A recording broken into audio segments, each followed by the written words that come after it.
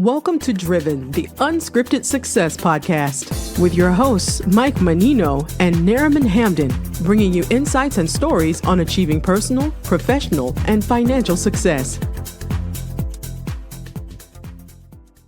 Hi, everybody. It's Michael Menino, and welcome to Driven Unscripted Success podcast. Today on the podcast, we're interviewing professionals who share their experience with you, the audience, and how they got to where they're at today. And zooming from the beautiful islands of Naples, Florida, Stefan Rehlinger, right? Rehlinger? Yep. Nice. Beautiful. He's a fireman, a welder, lived in Germany as a fireman. I mean, you've been around for a little bit. Do me a favor. Tell everybody, introduce yourself. Tell everybody what you told me earlier, where you got to, where you came from, or how you got to where you're at today.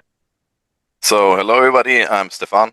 I'm 41 years old, married, have 2 kids, and I started my whole career path when I was 16, joining, a college in Germany to do molding technologies, and then over time finishing college, I had to join the military service because it was mandatory at that time, and did 4 years in the military, and right after that, I joined the fire service and did this for 6 years in Germany, and then I immigrated to the United States and joined here the first fire service and worked on the side in my garage as a welder, and I got seen by a landlord, and he asked me for if I want to work on the side in his business.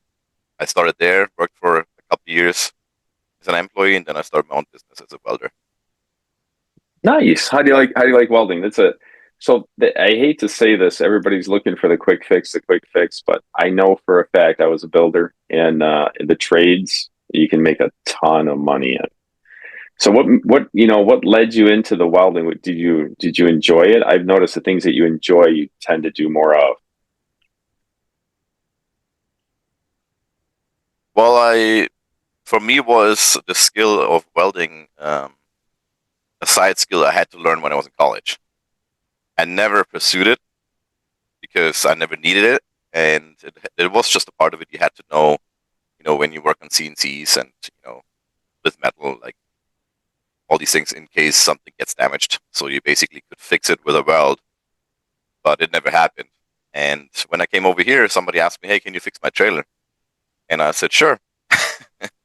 And I welded, and then at that moment I got seen, and then I worked for a big outfit down here in Southwest Florida, and they did, majority was manufacturing parts for huge companies like Lockheed Martin, Raytheon, Caterpillar, Peterbilt, and stuff like that. And it was fun, and it gave me that balance between running calls all night and day, and then basically coming back, going to the shop and weld. It kind of let me relax, and so I did. Wait, welding makes you relax? Yeah, because Okay. it's in a sense it's an artwork, I would say, almost. So it is. I agree. It's a handwriting almost, and so when I welded all those parts for that big outfit, it was kind of relaxing me, and then being off shift, and then I could enjoy the rest of my day. Wow, you were working and feeling relaxed. Yeah. That's gonna be the name of the podcast. That's pretty good. I've never worked and felt relaxed. I always enjoyed the work that I've done, but never felt relaxed at it. That's pretty cool. There's a lot of competition in welding. What do you do that sets you apart from other people while being relaxed? Well, it's a good question. I'm still in, I would say, kinder shoes, because I have a certain goal for my business. I want to go the same route as I worked for that big outfit. I want to work for huge manufacturing companies and plants where I kind of be a part of something bigger. Mm-hmm. I'm not pursuing to be that welder who's fixing your front gate or your trailer. Right. This is for me. Raytheon's your goal. Yeah, exactly. So this is for me right now. It's just like, okay, I can keep up my skill, be challenged in different ways of fabrication and knowledge, and but the long term run is for me going more deeper into the manufacturing business. Yeah, cool. Right. Awesome. That's a good way to go because you get your I've noticed a lot of welding companies that have worked for major companies and they stay in business for a long period of time and have, you know, it's there was a friend of mine that was a welder in Michigan and he worked for the car companies, for the big stamps. Mm-hmm. Whenever a stamp would break or something, they would weld it up and do it. And then, they're on call constantly. It was kind of a cool industry, but you like it so much, you feel relaxed at it. That's super cool. Yeah, I If think because you're in your own spot, like there's, if you have to repair something or you fabricate something, you build something, it's like there's nobody really coming to you and bothering you. First of all, they all are scared, usually from the arc, so they don't get flashed. yeah, that's true. And yeah, and then you just work ahead. Everything is pre-prepped, and you work through until you're done. You can work it with your own speed, either faster or Okay. slower. And like I said, it's like that focus on being better with every weld is. I mean, I can't just talk for me, but like that's for me. Like I think that drive, especially when you work for the manufacturing companies and you work on multiple parts, like not just hey, I have like one piece I have to repair or build. It's like usually from one to a couple thousand parts or whatever, and you try to keep that quality at the same level at any cost. And I think that's the nice part about it. It's not like it's not always the same. The material is not always the same. It's always change and challenge, I would say. Mm-hmm. I agree. If someone wants to get better at what you do, either fireman or welding, what would you suggest them? What tips and tricks would you give them? Well, work on yourself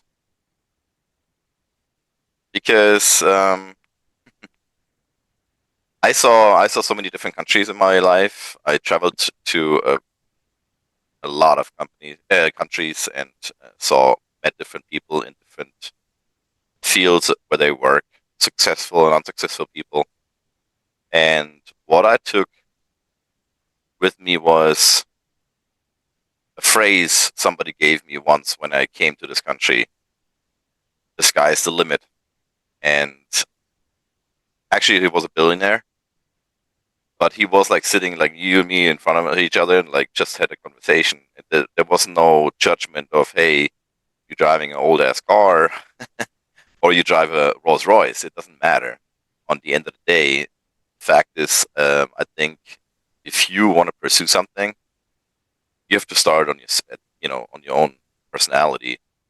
Like there's a there's a thing you learn, for example, in the military. The first thing you do when you get up in the morning is you make a bed. Yep. And I think you make the world better when you make it bad. So, The, with that being said, it's like I think when you have a structure and you have a routine, you get more proficient. Like you save time and you have time to work on yourself further down the road. Like for example, like I think any person who is truly successful has obviously the backbone of a family or a wife or a husband or whatever, or friends and stuff like that. But on the end of the day, um, success is made from a structure. When you have yeah, that's true. pure chaos, I think it's kind of tough to come to that level, just because the structure makes you pointing out problems, with quality or stuff like that. So, like I said, but not everybody's made for that. I have friends, they like their 9 to 5 job, and I respect that. And then you have people like me who drive to want to do more and be better at it. And I mean, obviously, not every day is the same day, but if you can't handle it, it's like I like to work. This is how I brought up with my parents. We all do that. I mean, maybe it's a German thing, but like we love what we do, and we just work. There's no question. Like I don't want to work today. I've heard some people in Germany. Germans like to work. They love their work. Tell me if this is true. Like a friend of mine was in Germany, and he said at 5 o'clock, whatever time the place closed, they closed. They kicked everybody out, and they said we're out of here, and they locked up and left as quick as possible. They work, but when they stop, they stop. In America, like if you're in there and you're still shopping, people let you linger in there a little bit. Is that true that in Germany they kind of scoot you out the door when it's time? Yeah. Yeah, that's super cool. Well, I think it's super cool. I think it comes from that structure. Like, yes. I don't know when that structure was implemented, like 100 years ago or 200 years 1,000 years ago. Yeah, maybe it's, I don't know that. But that semi-military structure we have is, I would say, I mean, as far as I can tell, I mean, I'm 10 years out of the country, but like, I know, and I heard it changed, but it changed, truly. But like that structure we all were growing up with, it's made for success. Yeah. And every big outfit in Germany is still thriving with that structure. A good example is the automobile industry. Is like they build a car today, and when it rolls out of the factory today, tomorrow morning, they want to build a better one. And this is what they do since I can think of. And even my dad told me that, and my grandfather. It's like that pressure and drive to make it better, make it more efficient. Like we overthink, which is sometimes a problem. We overthink a lot of things 10 times over before we do it. We build, structures. We build everything for almost like 1,000 years. This is why, we have that sitting all of our head in history. Like we always build it forever because we don't want to repair it every week or every year. So every decade. Yeah, exactly. And then I think with that structure, you can implement it for anything. Yes. And I do it with my child, like my son. He's the youngest. I do it the same way. Where like, hey, when you get in the door, you take off your shoes. There's no exception. Mm-hmm. And then when you take off your shoes, you put it onto the shelf. And I think that makes it proficient. Like in any kind of way, like I don't have to clean up the house because it's already cleaned up. Right. And when you do the same way with anything, like it doesn't matter if it's in your machine shop or your welding shop, where like, hey, you have everything structured, everything is organized. You don't have to look for anything, so you save already time, save money. And with the fire service, the same thing. You go on scene and say, okay, what do I got? And you slow down, take a breather, and then like, okay, this is what I got, and then you make a plan without running just face forward into something you don't know about. And I think, that step back for a second and take a look at it, I think that makes it successful. I agree. I like what you said. A lot of things you said in there. What you do in the little things, you'll do in the big things. Right. The structure really does set up everything. Your life, your business, everything, your family, everything. And people love structure. What I've seen in my lifetime, the more structure you put into things, the better people like it. I've never heard anybody say, I like non-structure. I just love things just flying around it and incoherently. That's pretty cool. True, but I think also a lot of people, they don't really know what is really a true structure. Everybody who went to the military, I would say they know, just because you're forced to learn structure. It doesn't matter where you come with ethnicity or which background you have. It doesn't. Everybody's the same. Right. And this is, I think, also why big organizations, I think, work so good, because if I put a uniform on, you're both the same. I can judge you because, hey, you don't have Jordans on, or I have Adidas on. Like, there's no competition. And I can remember that when I was in high school, there was a big thing. Like, if you don't have Nikes, you're a loser. Well, the high school in Germany or in the United States? No, in Germany. In Germany. And when I saw, for example, I mean, you saw it in movies, when I saw the United States and a lot of schools had uniforms, I personally, because of that situation and that experience, I said, hey, if they would have structured that in Germany, we wouldn't have that problem. Mm-hmm. And we had that in the past. I mean, 80 years ago, we had school uniforms, but then they got rid of it because, oh my God, this is all like military style. And you can't do this anymore. No, they don't do it anymore? Well, I think because of World War II, that changed. Oh, I got because okay. Because a lot of people, they frame it, hey, that's a military standard, or like this is a like military mentality. Military mentality. Yeah, which I think it's not really that true. It's just like it makes everybody equal in school, which is important. But I agree with that. I didn't have uniforms growing up. We had the public schools, but yeah, the people that go to the private schools and have the uniforms, they're a little more structured, they're a little more calm, a little more, not cliquey, I guess would be the terminology, the cool kids, the crazy ones and the jocks and all that kind of stuff. Yeah, that's a good point. It's a very good point. Hey, listen, what is one of the biggest challenges you had to overcome in your career, and talk about that a little bit? My biggest challenge in regards of welding? Anything. Could be anything. I would assume fire department, because that's got a lot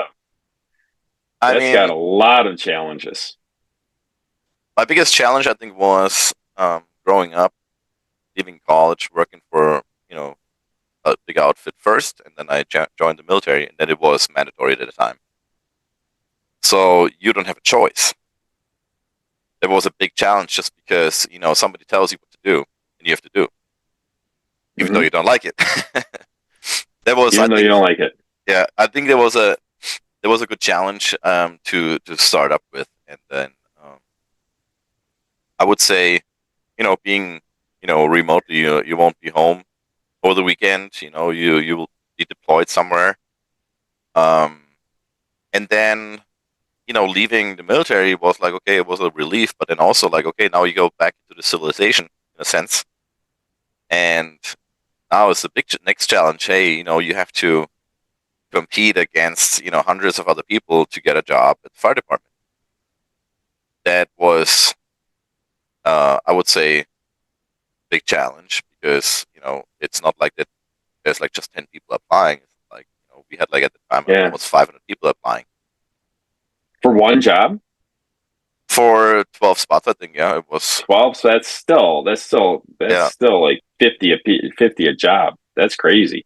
Yeah, so that was a big thing, and then obviously then you did your job. I think the fire department itself, if you're in, it's not really that challenging anymore then, because everything is the same thing. It's kind of structured. You know exactly what to do. The biggest challenge, I would say, was the immigration, or the immigrating part of to come to the United States. Because how was that process? That was a little bit, wasn't it? It's horrible. I'm sorry you had to go through it, but yeah, that's what I like about the things that I've found that are the most difficult in my life have been the most rewarding. Yeah, I came back. I came to this country, and you have to work for your paperwork and all that stuff. So you're allowed to work. As soon as I got it, and I worked for a company down here in Naples. They did like countertops kitchens and bathrooms and stuff like that. And everybody speaks just Spanish, and I was like, "What's going on?" Like, I came to America and I learned English. Exactly. So, and then working on a 9-to-5 job was for me very challenging because I worked for 6 years, a 24 on and 48 off shift. And Yeah. I was like, this is horrible to work a 40-hour week. And I was like, I can't stand that. And I have to find a way out. And a good friend of mine, he said, hey, why you don't go back to fire service? And I was like, I was on the assumption for a long time you have to be a U.S. citizen. But it was not 100% true. And then I decided I go back to school, and like an evening school. And I said, okay. I started with my EMT, and then eventually tried the fire academy. And that challenge was my language barrier, because in Germany at that time we learned for 2 years English a little bit, like 1 hour a week or something like that, and it was not really that important at that time. It's you could ask for directions if you're on the streets. You ask, or you can maybe order some food or whatever. That's about it, like the typical vacation English, And then when you go into a career and you actually have to talk about anything, then the big challenge started, and I had to learn English, so I had no choice. And a good friend of mine, he's still laughing today. He was with me in a EMT school, and he's still laughing about it because I was sitting there with my dictionary because I couldn't understand my teacher. And same my tests, I had to finish with a dictionary for like a month or two until I could. Yeah. How long do you think it took you to pick up the language? English is a tough language. It's like the second hardest one to learn. I don't think so. You don't think so? Well, there's know. some German. There's some German in there too. So, but you got some, commonalities between German and English. But I've heard, like spelling in English is tough. Nothing makes sense. There's rules and counteracting rules, and it's tough. So if you learned it pretty quickly, that's pretty awesome. How long did it take you to learn English? I think to kind of understand and give a response was like 3 months. Really? That's pretty good. But I also, I was sitting every night and I was reading my book and basically translating my whole book to understand what's going on. And I'm going to be honest with it, my grammar is still horrible because it's not that bad. Because because I didn't went to school actually here. And when I over time then I joined the fire academy, and then I basically got more into it with language and overcame that part. And then you're still an immigrant. You have to you kind of get always pointed out, hey, you're not from here. And then the system in the United States compared to Germany is absolutely different. Doesn't matter if it's, what's the differences? The rules and regulations, I would say, the laws, certain things you can't do or you can do. I mean, there's so many things. It's just hard to understand sometimes. Well, like, why is it like that? It's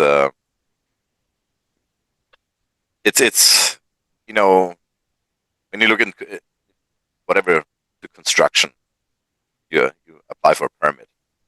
There are certain things that just don't make sense to me. Until today. Here or in Germany? Yeah, here. Like, because over there, bureaucracy is almost the same. It takes time. But like, it's very streamlined in Germany, where I said like, hey, this is one step after the other. And what I found out here is like, sometimes since people they get learned or teached on the job, they are not 100% proficient, or they're not completely trained for that spot. Their supervisor maybe is, but they aren't. So there's a lot of inconsistencies, a lot of lack of knowledge, where they can't think outside the box. And when you come in and like bring your common sense to the table, then you run pretty quick into a wall. Or a big challenge was for me the same. Like, I'm very blunt because this is how we are. We say it how it is, and you can't do that here. That's another big roadblock I had to learn. Try to, change your verbiage and find a way to not Make offend. it sound better. Yeah, Yeah. yeah. I'm more like you. I tell the truth, and I don't care who it offends, and then they all get mad at me for it. So you're probably Right. on the same thing. But this is a big thing, because, like, for example, in fire service, it's like you can't do that because No, you obviously can't. the community's watching, Yes. and Yeah. and your patients or the Hmm. homeowners, they would complain about you. Um, Sometimes, obviously, you can't excuse it because you're not from here. Right. I had this a Right. couple of times, and the same is with the welding business. It's since I'm not from here, to connect with bigger outfits, it's kind of difficult sometimes because you're not known. And I know business owners, they live here all their life. Obviously, when they reach out to different people, they get more jobs, they get, better connections, better networking than I do. This is another challenge, what I have to go through right now. And understanding the structures of those companies here. Like, I know the structures over there, but not over here. So this is not a learning curve. The joy is learning. I love learning. Sounds like things are going pretty well for in your business, and looking forward to the future. Have you ever, or how would you create passive income? How do I create it? Hmm. If you Well, have in the past, or how would you do it? um, there's a lot of different ways. Like I said, my business was basically, hey, I want to do something on the side. And Hmm. before that, like I said, I worked for a big outfit, and that's, probably the easiest for everybody. If I want to create passive income, I just look for the needs out in the market and look for a trade job, Yeah. that aspect. Um, but then also, like, there's, in real estate, you can do a lot of things to create passive income. Or you start a business, and there, like, this is the nice thing about the United States. Everything is almost unlimited. Like, if you It really is. want this, Yeah. Yep. you Yep. you find a way. It will take time a little bit, Hmm. but you kind of make it happen. This is also why, when I came to the first time over here on vacation, I was like, hey, the possibilities in this country is Yeah. unheard of. Like you said, it's unlimited. It's Yeah, unlimited in possibility. it's Elon Musk's a perfect example. He came over as an immigrant, and now he's the richest man in the world. I mean, right. that's a perfect example of what you're trying to say. Exactly. Yeah. And I do love the limit. I've never seen. This is all I know, though. This is all we know. So how would you say the differences between, like, other countries that doesn't have to be Germany, that would limit you on the ability to thrive as much as you could? I can tell in Germany, or almost like in Europe, it's the socialism, I would say, is the one who limits everybody, because Yeah. obviously that system has to be carried by someone, and the someone is always the worker. I work, Yes. make money, and I Yes. pay taxes, and the taxes Right. basically cover that debt to run that system. A lot of people here, and I had multiple times the conversation, I said, I'm not a fan of socialism, or from a social state in general. I'm not against helping someone, but at first, I help myself. And when I'm That's a thriving, good and, point. and, and my part is done, then I can look at the outside. And then you can basically start in a small scale of family. When your family is starving, you feed your family first before you feed the neighbor. Correct. So, and then when we go into bigger scales, it's the same thing. Obviously, before I outsource work from my business, I do it as much as I can with my business, and then I can outsource it and make money passive. Hmm. And the same as a country. Before I pave a different country's road, I pave my own. Right. Right. Right. Right. Right. But we all forgot that because, whatever the politicians, what the agenda is. But, like, I feel like you in so far limited in Germany, especially like the tax bracket is so high. It's like almost 45% taxes on everybody. Really? It doesn't matter how much you make, and to carry that system, and that's the biggest problem. And then now they find out more or less like, because everybody who comes in with open borders in Europe is, hey, I want money. Okay, here. And that basically breaks that system sooner or later, because it's not you can't carry that. It's not sustainable. That weight, yeah. And here it's the complete opposite. I mean, we steer in that direction, and I hope the people understand more and educate themselves to understand what it means. Because the more I work here, the more money I make. Right. So, like I said, the more money you keep too, because of the lower taxes. Right. And of course, if I pay too much taxes, let's say in California, which is a prime example, then I just go to a different state, and it's not a big deal. Mm-hmm. But so in Florida, so for people listening, in Florida, you don't. So you talked about California. So people are listening, California, I think there's a 16% state tax.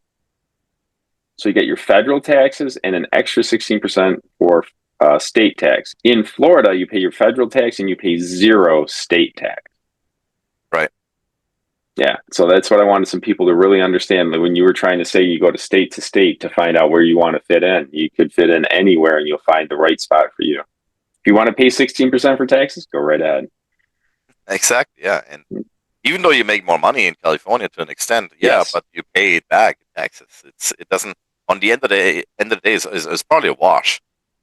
But like I said, it's like to compare again the United States to Germany. It's like if you want to be successful and if you want to run a business and have a piece of the cake, I think the United States is the best place to be for that, because I analyzed a lot of countries where you could go, and I think the United States is one of the last countries where the chance for success is there. Yes, and agreed. There's not a lot of limits, and there's a lot of factors that, like, here's one for you. Like, we have bankruptcy laws. So if you start a business and you build it up and something happens, it's not your fault, right? Right. And then you have to close it down and file bankruptcy. You file bankruptcy and then you can just start over. I heard in other countries, if you file bankruptcy in, like, I think the Congo, or a friend of mine's from not Egypt, but around that area in Africa, he says if you file bankruptcy, you still owe the debt that you acquired in that company forever. I think that's the one beautiful thing about the United States, is you can get back on your feet relatively quick. But that's a good thing for us who files bankruptcy, but then also it gets abused. That's true too. Right. Yes. It's good, bad, and everything. Right. So you can file for bankruptcy in Germany as well, and I'm not 100% sure, but like either 6 or 7 years. Yeah. You filed that bankruptcy, and then you're not allowed to make a certain amount of money a month. Really? Yeah. So basically, that runs for 7 years, and then your debt is paid, basically by the government.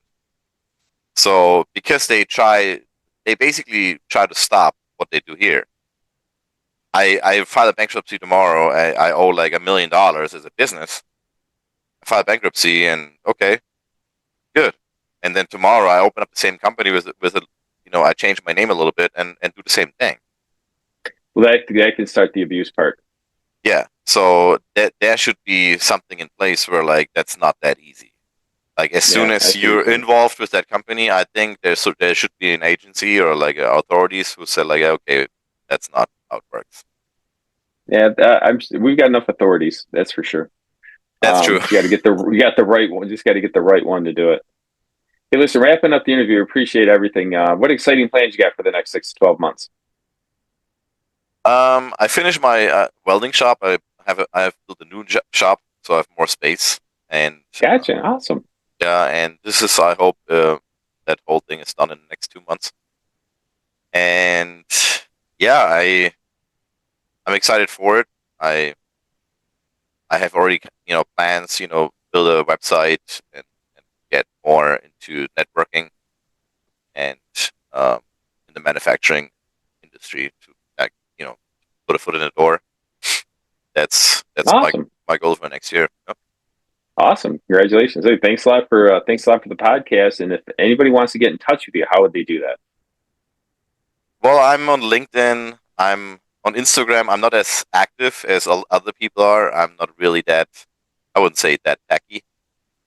But I'm also on Google. Everybody finds me on Google all the time. So okay, there you go. It kind of works, I guess. And what's the name of the company? Share the name of the company so they can Google you.